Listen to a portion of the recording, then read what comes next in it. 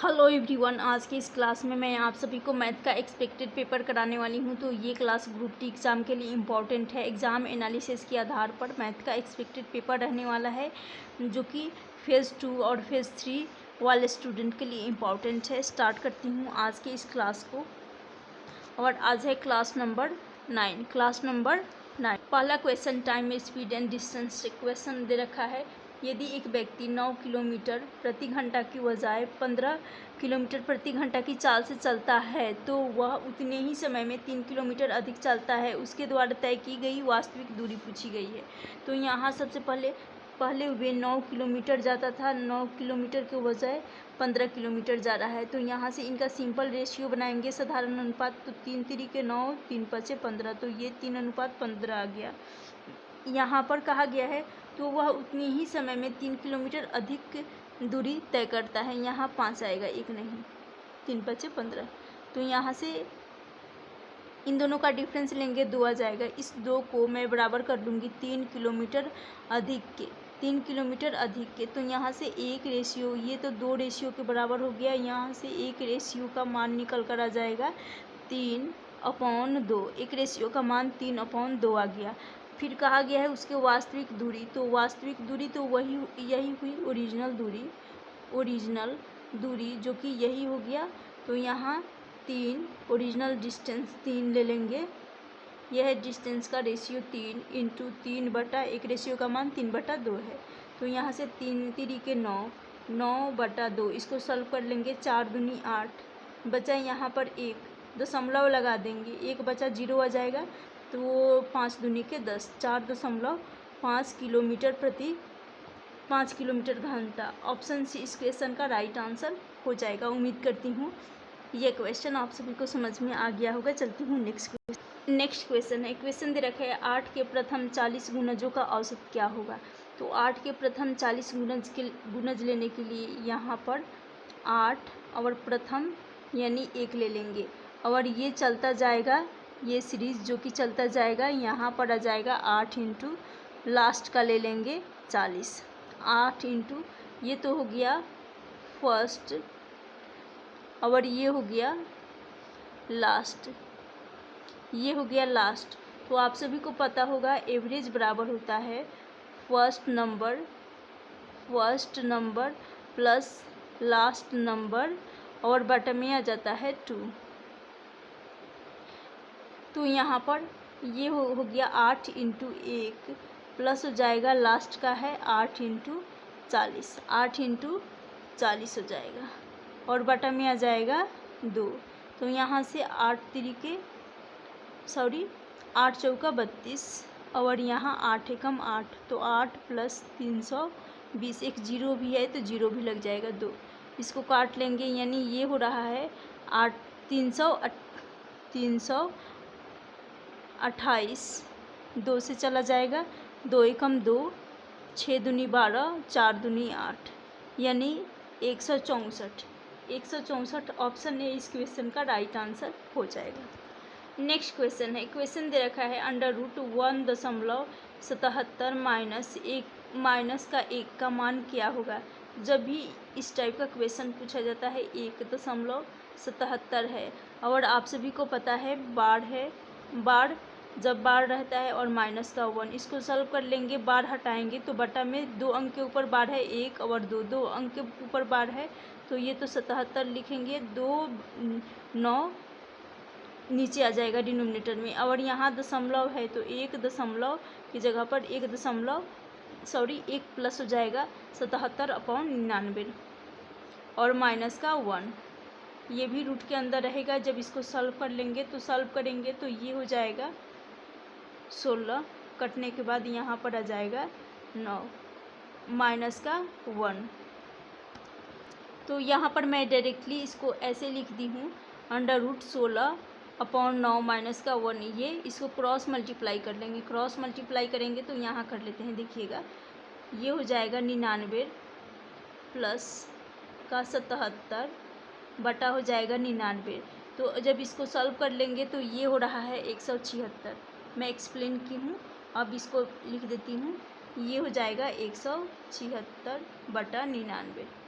और माइनस का 1 है, इसको काट लेंगे तो ये चला जाएगा 11 एकम 11, यहाँ है 76, 11 एकम 11 हो जाएगा, यानी 11 कॉमन नंबर से एक बार में चला जाएगा और ये 11 नवा 99।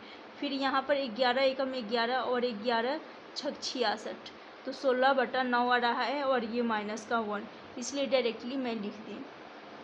अब यहाँ से ये √4 16 है और ये √9 है, तो आप सभी को पता होगा जब रूट से बाहर आ जाएगा तो 4 का स्क्वायर 16, 3 का स्क्वायर 9, और ये माइनस में है।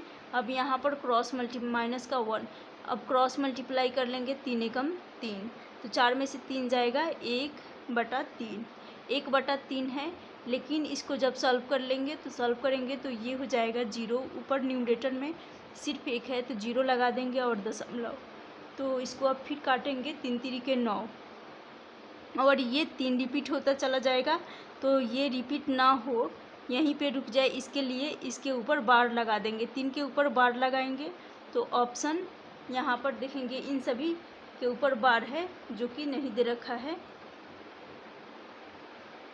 इन सभी के ऊपर बार है, इन सभी ऑप्शंस के ऊपर बार है, तो इस क्वेश्चन का राइट आंसर हो जाएगा ऑप्शन ए। उम्मीद करती हूँ ये क्वेश्चन भी आप सभी को समझ में आ गया होगा, बेहद ही सिंपल क्वेश्चन है और इम्पॉर्टेंट भी है। नेक्स्ट क्वेश्चन है, क्वेश्चन दे रखा है ट्रिगो का क्वेश्चन है, क्वेश्चन दे रखा है सेक ए बराबर 2 है, तो 1/tan a plus sine a upon 1 plus cos A का मान पूछा गया है, यानी कॉसेक ए बराबर 2 और पूछा गया है 1/tan a plus sine a upon 1 plus cos A. तो आप सभी को पता होगा 30 डिग्री, थीटा बराबर 30 डिग्री, यानी थीटा यहाँ पर a है, तो यहाँ पर a बराबर 30 डिग्री आ जाएगा। ये क्यों आएगा? क्योंकि कॉसेक 30 डिग्री का मान 2 होता है, तो a बराबर 30 रखेंगे। और अब यहाँ पर a बराबर 30 रखेंगे, तो यहाँ से आप सभी को पता होगा tan का मान आ जाएगा √3, यहाँ से √3 आ जाएगा, प्लस यहाँ पर साइन का मान आ जाएगा 1/2, यहाँ पर साइन ए का मान 30 रखेंगे, तो यहाँ से साइन 30 डिग्री का मान 1/2 हो जाएगा, बटा में फिर यहाँ पर 1 प्लस कॉस 30 का मान होता है, कॉस 30 डिग्री का मान होता है √3 अपॉन होता है 2, यहाँ 2 से 2 कट जाएगा, 2 से 2 कट जाएगा, जब 2 से 2 कट जाएगा तो यहाँ से आ जाएगा √3 प्लस का 2 और ये माइनस का 3 हो जाएगा, √3 से 3 कट जाएगा, जब √3 से 3 कट जाएगा तो यहाँ पर बचा 2 इस क्वेश्चन का राइट आंसर हो जाएगा। लेकिन यहाँ पर 2 रहने वाला है, मैं बताना भूल गई, इसलिए 2 इस क्वेश्चन का राइट आंसर हो जाएगा ऑप्शन सी। नेक्स्ट क्वेश्चन है, क्वेश्चन दे रखा है 2 शंकु के आयतन क्रमशः 48:49 है, उनकी त्रिज्या का अनुपात 8:7 है, उनकी ऊंचाई का संबंधित अनुपात क्या होगा? तो आप सभी को पता होगा शंकु का आयतन होता है, यहाँ पर शंकु का आयतन लिख देती हूँ, शंकु का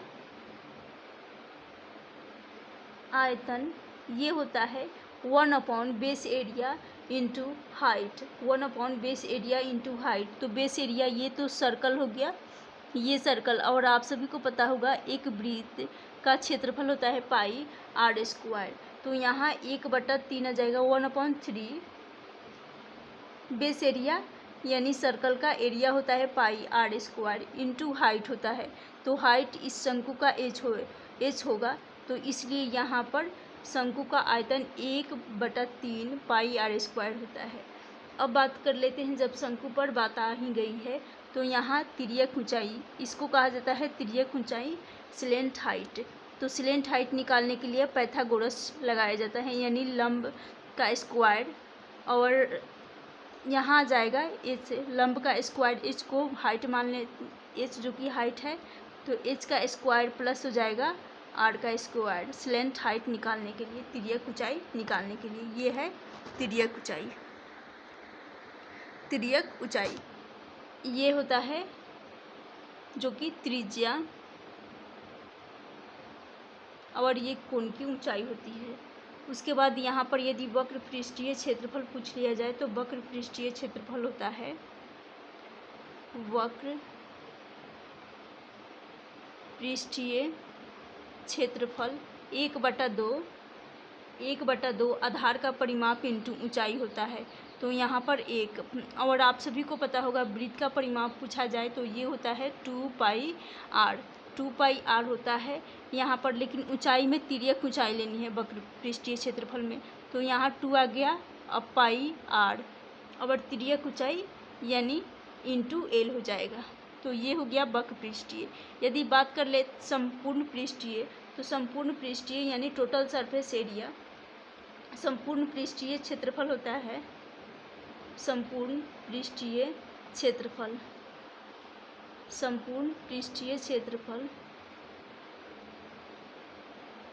मैं इसलिए ये सारे इनके बेसिक कंसेप्ट, शंकु से रिलेटेड जो भी कंसेप्ट होते हैं बता दे रही हूँ, ताकि जब भी क्वेश्चन पूछा जाए तो आप सभी को इजीली कंसेप्ट पता हो तो सॉल्व कर सकते हैं। तो संपूर्ण पृष्ठीय क्षेत्रफल होता है वक्र पृष्ठीय क्षेत्रफल ले लेंगे और उसका बेस एरिया ले लेंगे। तो यहाँ से आ जाएगा πr l वक्र पृष्ठीय क्षेत्रफल, यहाँ पर प्लस होता है πr² h और यहाँ पर h भी हो जाएगा। तो यहाँ पाई है और यहाँ पर πr है, यहाँ पर भी और यहाँ पर भी πr² h है। तो यहाँ से πr को कॉमन ले लेंगे तो यहाँ बचा l, तो यहाँ l प्लस यहाँ r 2 बार है तो सिर्फ यहाँ पर एक r आ जाएगा। तो यहाँ पर तिर्यक ऊंचाई और त्रिज्या आएगा, यहाँ एच नहीं रहेगा, एच नहीं होगा क्योंकि हमें सिर्फ बेस एरिया, यहाँ पर बेस एरिया का हमें क्षेत्रफल लेना होगा और बेस एरिया है सर्कल, वृत्त है, तो वृत्त का क्षेत्रफल πr² होता है। इसलिए यहाँ पर πr है और यहाँ पर πr² है, तो यहाँ से πr कॉमन ले लेंगे तो यहाँ से बचेगा l तिर्यक ऊंचाई और यहाँ पर का एक r। तो ये हो जाएगा, यहाँ पर कॉमन लेने के बाद ये हो जाएगा संपूर्ण पृष्ठीय क्षेत्रफल। अब हमें सॉल्व करना है, क्वेश्चन दे रखा है शंकु का आयतन है 48, 2 शंकु है, तो ये पहला कोण हो गया और दूसरा कोण। तो यहाँ से ये हो जाएगा पहले कोण का आयतन 48 और बटा में आ जाएगा 48, ये दूसरा कोण हो गया 48/49, 48/49, ये बराबर हो जाएगा उनकी त्रिज्या। हमें पता है जब 2 शंकु है और उनका सेम आयतन दे रखा है 1/3 πr² h, तो यहाँ से 3 1/3 पाई भी कट जाएगा, 1/3 भी कट जाएगा, तो बचा यहाँ पर और h भी कट जाएगा। कटने के बाद यहाँ पर सिर्फ r बचेगा और r जो कि त्रिज्या अलग अलग दे रखी है 8, लेकिन 8 का यहाँ पर सिर्फ 8 बचेगा, तो r बचेगा त्रिज्या। तो त्रिज्या का स्क्वायर कर लेंगे, यहाँ से आ जाएगा 8 का स्क्वायर कर लेंगे 64 पहले वाला का और दूसरे वाला का 49 हो जाएगा। सॉल्व कर लेंगे, 49 से 49 कट जाएगा, 49 से 49 कट जाएगा। तो हमें ऊंचाई पता करनी थी, ऊंचाई नहीं कटेगा, यहाँ पर हमें ऊंचाई को फाइंड आउट करनी है। यहाँ सिर्फ 1/3 कटेगा और पाई कटेगा, यानी 2 है, इसलिए समानुपात करने पर। तो यहाँ से आ जाएगा एच भी है, तो पहले शंकु का ऊंचाई और दूसरे शंकु की ऊंचाई। तो हमें चाहिए यहाँ पर 49 से 49 कट जाएगा, कटने के बाद यहाँ से आ जाएगा, ये भी कट जाएगा, 16×3 = 16 से कट जाएगा और 16×4 = 64। तो यहाँ से आ जाएगा 3:4। 3:4 इस क्वेश्चन का राइट आंसर हो जाएगा ऑप्शन सी। उम्मीद करती हूँ ये क्वेश्चन भी समझ में आ गया होगा। ये सब तो रहा बेसिक के कंसेप्ट। शंकु का आयतन पूछा जाए तो 1/3 पाई आर स्क्वायर एच होता है। संपूर्ण पृष्ठीय क्षेत्रफल, ये सबसे पहले वक्र पृष्ठीय क्षेत्रफल 1/2 पाई आर एल होता है। और तिर्यक ऊंचाई तो ये होता है √h का स्क्वायर प्लस r का स्क्वायर होता है। और संपूर्ण पृष्ठीय क्षेत्रफल, ये वक्र पृष्ठीय क्षेत्रफल प्लस बेस एरिया का क्षेत्रफल लिया जाता है। तो बेस एरिया का क्षेत्रफल होता है। तो यहाँ से पाई आर कॉमन ले लेंगे, एल प्लस आर बचा, ये हो गया।